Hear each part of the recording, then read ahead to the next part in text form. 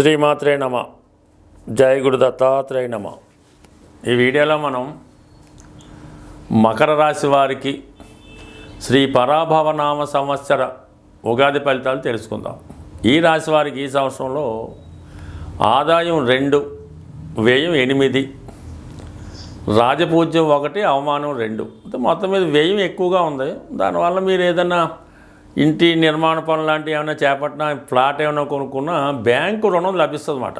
దానివల్ల ఇందులో మీరు ఖర్చు పెట్టుకుంటే మీకు అది కరెక్ట్గా సరిపోతుంది. కాబట్టి అటువంటి ప్రయత్నం ఏమైనా చేయండి. పిల్లల్ని విదేశం పంపడం, ఏదైనా వివాహం ఏమైనా జరిపించడం, ఇలాంటి కార్యక్రమాలు చేస్తే ఇవి సక్సెస్ అవుతాయి అన్నమాట.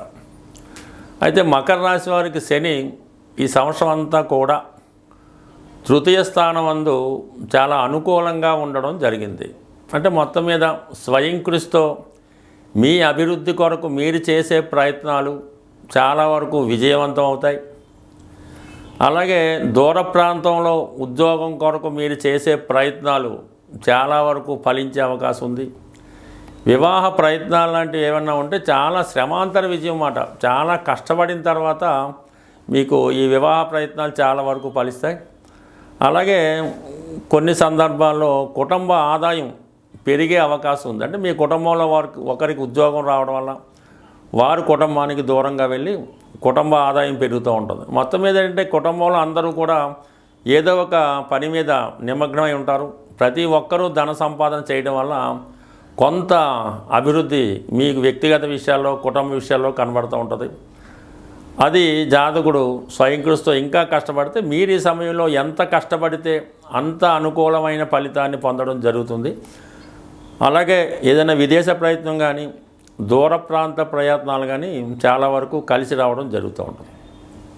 ఇక రాహు 2వ స్థానంలో ఉండడం వల్ల మరి వృత్తిరీత్యా కొన్ని సందర్భాల్లో కుటుంబానికి దూరంగా వెళ్ళవలసి ఉంటుంది.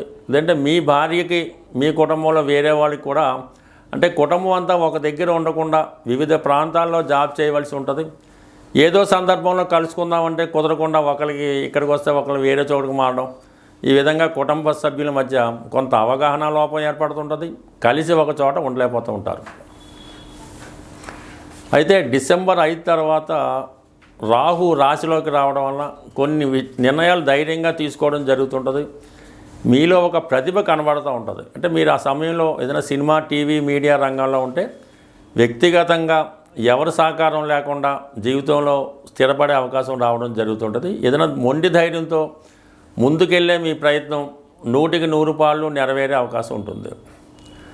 ఇక 6వ స్థానంలో ఉన్నటువంటి ఈ గురుగ్రహం మరి వ్యయ స్థానాన్ని కూడా వీక్షించడం వల్ల అధికమైనటువంటి ఖర్చులు పిల్లల చదువు కొరకు, వ్యక్తిగత అవసరాలకో.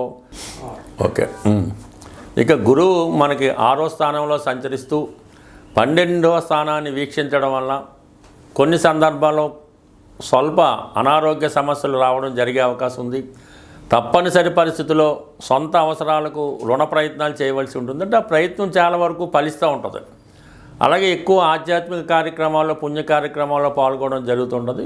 కొంత సందర్భాల్లో దగ్గర బంధువులతో విరోధాలు లాంటివి ఏర్పడే అవకాశం ఉంది. కుటుంబంలో ఒకరి ప్రవర్తన మీకు ఇబ్బంది కలగడం వల్ల వాళ్ళని ఏదో విధంగా మనం పక్కగా తప్పించాలి, వారిని దూరం చేసుకోవాలనే ప్రయత్నం మీరు ఎంత ప్రయత్నం చేసినా ఏదో ఈ కుటుంబపరమైనటువంటి ఇష్యూస్లో ఇబ్బంది పడడం జరుగుతూ ఉంటుంది. అంటే మీరు మంచి చేద్దాం అనుకుంటే వారు చెడు ఆలోచించి మీకు ఇబ్బంది పెట్టే ప్రయత్నం చేస్తూ ఉంటారు. కాబట్టి కుటుంబ సభ్యులతో వ్యవహరించేటప్పుడు చాలా నిదానంగా, ప్రశాంతంగా వ్యవహరించడం మంచిది. లేదంటే వారు చేసినటువంటి తప్పులు మీ మీదకి నెట్టి మిమ్మల్ని ఇబ్బంది పెట్టే ప్రయత్నం జరుగుతుంటుంది. కాబట్టి ఏదైనా ఈ మకర రాశి వారి జీవితం పోరాడినట్టే కనబడుతుంటుంది.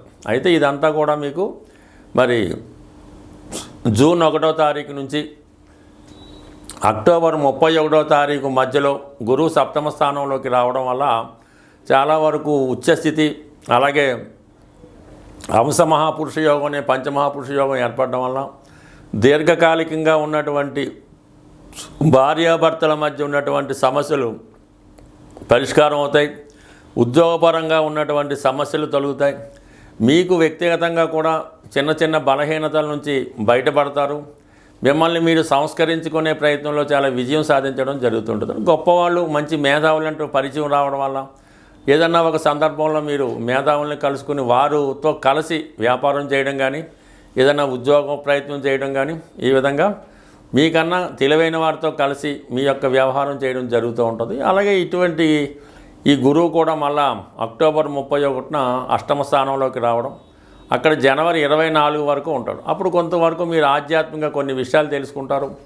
అలాగే ఏదో ఒక వృత్తిలో మీరు ప్రావీణ్యత సంపాదిస్తారు. ఇది విద్యార్థులకి చాలా అనుకూలమైనటువంటి సమయం. అష్టమంలో గురువు వచ్చినప్పుడు ఈ పరిశోధనా రంగంలో ఉన్న వాళ్ళకి, పిహెచ్డీ లాంటివి చేస్తున్న వారికి కంప్లీట్ అయినటువంటి సక్సెస్ రావడం జరుగుతుంటుంది. తిరిగి జనవరి 24న మళ్ళీ తిరిగి ఉచ్చస్థితిలోకి రావడంతో కొంతవరకు విదేశ ప్రయత్నాలు, పుణ్యక్షేత్రాలు దర్శించడం ఇవన్నీ కూడా ఫలించే అవకాశం ఉంది. ఇక ప్రధానంగా కేతువు ప్రస్తుతం అష్టమ స్థానంలో సంచరిస్తున్నటువంటి కేతువు కొన్ని అనుకోని ఇబ్బందులు కలగజేస్తూ ఉంటాడు. మీరు ఎంత నిజాయితీగా ఉన్నా ఏదో ఒక అపనింద రావడం జరుగుతుంటుంది. మీరు ఎవరికో సహాయం చేద్దాం అనుకుంటే వాళ్ళు తిరిగి మీకు ఇబ్బంది పెట్టడం జరుగుతుంటుంది. అంటే ముఖ్యంగా అనవసర విషయాల్లో కలగజేసుకోవడం వల్ల కొన్ని సమస్యల్లో ఇరుక్కోవడం జరుగుతుంటుంది. కాబట్టి ఈ సమయంలో చాలా విషయాల్లో చూసి చూడనట్టు వెళ్ళిపోవాలి తప్ప దాంట్లో ఇన్వాల్వ్మెంట్ అవ్వడం వల్ల మీరు ఇబ్బంది పడే అవకాశం ఉంటుంది. జాగ్రత్తగా వ్యవహరించవలసి ఉంటుంది. అయితే ఈ డిసెంబర్ 5వ తారీఖున ఈ కేతు 7వ స్థానంలోకి రావడం, రాహు రాశిలో ప్రవేశించడం, అంటే 1-7 మధ్య ఏర్పడినటువంటి రాహు కేతు యాక్సెస్ జాతకుని వ్యక్తిగత విషయాల్లో కొంత అతని యొక్క ఆలోచన ధోరణిలో మార్పు రావడం జరుగుతుంటుంది. వ్యసనాల మీదకి ఆసక్తి పెరుగుతూ ఉంటుంది. కొత్త కొత్త పరిచయాలు ఏర్పడడం జరుగుతూ ఉంటుంది. బట్ ఏదైనా ఈ రాశి వారికి ప్రత్యేకంగా శని భగవాన్ ఒక్కడే అత్యంత బలవంతంగా ఉండడం జరిగింది. మిగతా గ్రహాలన్నీ కూడా అటు ఇటుగా మిక్స్డ్గా ఉండడం వల్ల ఏదైనా ఈ జాతకుడు ఈ ప్రతి విషయంలో కూడా జాగ్రత్తగా వ్యవహరించడం మంచిది. స్వస్తి. శ్రీమాత్రే నమః. జై గురు దత్తాత్రేయ నమః. ఏదైనా మనకి గ్రహాలు ప్రతికూలంగా లేనప్పుడు ఆ గ్రహాల్ని సంతృప్తిపరచడానికి మనం సనాతనంగా ఆచరిస్తున్నటువంటిది నవరత్న ధారణ. అంటే ఆ గ్రహానికి సంబంధించినటువంటి దానం ఇవ్వడం, అంటే ఆ గ్రహానికి సంబంధించినటువంటి జపం చేయించుకోవడం కానీ వ్యక్తిగతంగా చదవడం కానీ జరుగుతూ ఉంటుంది. వీటిలో బాగా పనిచేసేది నవగ్రహ స్తోత్రాలు.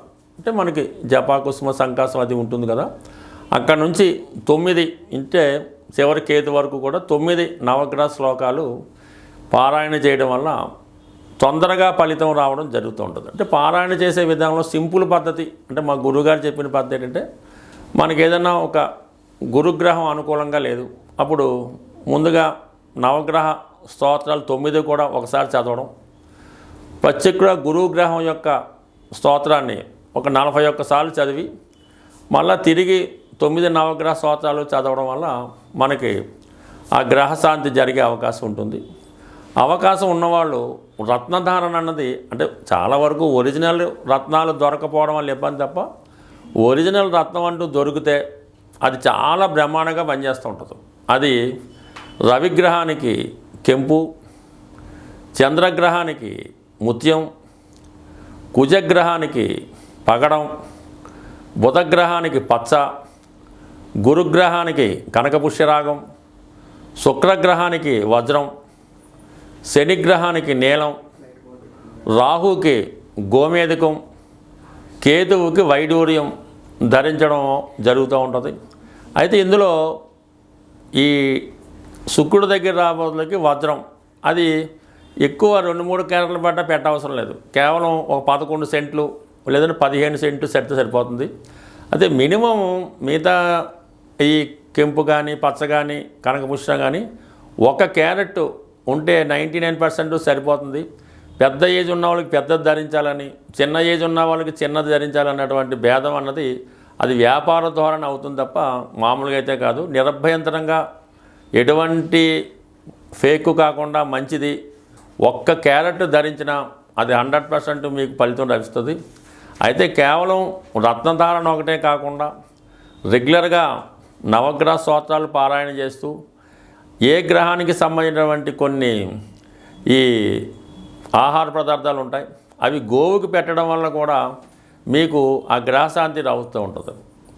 మరి ఆరోగ్యం బాగలేదు, ఉద్యోగం రావటం లేదు అన్నప్పుడు గోవుకి, అంటే గోశాలలో ఆవుకి నానబెట్టినటువంటి గోధుమలు 1 కిలో పావు ఆవుకు పెట్టడం వల్ల మరి ఆరోగ్యం బాగుపడుతుంది, ఉద్యోగ ప్రయత్నాలు ఫలిస్తాయి. ఈ విధంగా ఈ ఆవుకి ఆహారంగా పెట్టడం, ఈ విధంగా అనేక రకాల పరిహారాలు ఉంటాయి. చాలా ఈజీగా ధనం ఇబ్బంది ఉంది, ఆర్థిక పరంగా బాగా చిరిగిపోయాం, ఏ దారి కనబట్టలేదు అనుకున్న వాళ్ళు ఒక కొద్దిపాటి చిన్న రెమెడీ చేసి చూడండి, బ్రహ్మాండంగా పనిచేస్తుంది. ఏంటంటే ఒక 100 గ్రాములు గోధుమ నూక, అందులో ఒక 100 గ్రాములు పంచదార కలిపి, ఒక 100 గ్రాములు నెయ్యి, ఈ 3 కలిపి చక్కగా ఒక ఉండలాగా లడ్డులాగా పౌడర్లా చేసి, ఆ పౌడర్ని చీమలు ఉన్న ప్రదేశంలో, ఏ చీమలు ఉన్నా పర్లేదు, ఆ చీమలు ఉన్న ప్రదేశంలో మంగళవారం రోజు ఆ చీమలకు ఆహారంగా వేయడం వల్ల, ఈ విధంగా మీరు ఒక 8 వారాలు చేయడం వల్ల ఎంత గొప్ప ఆర్థిక సమస్య అయినా 100కి 100 పాళ్ళు పరిష్కారం అయ్యే అవకాశం ఉంది. బట్ ఏదైనా ఇందులో నమ్మకం అన్నది వెరీ ఇంపార్టెంటు. మీరు ఎంత నమ్మకంతో పరిహారం చేస్తే అది అంత బాగా పనిచేస్తుంది. నమ్మకం లేకుండా మీరు ఎంత గొప్ప ప్రయత్నం చేసినా అది వేస్ట్గానే మిగిలిపోతుంది. స్వస్తి.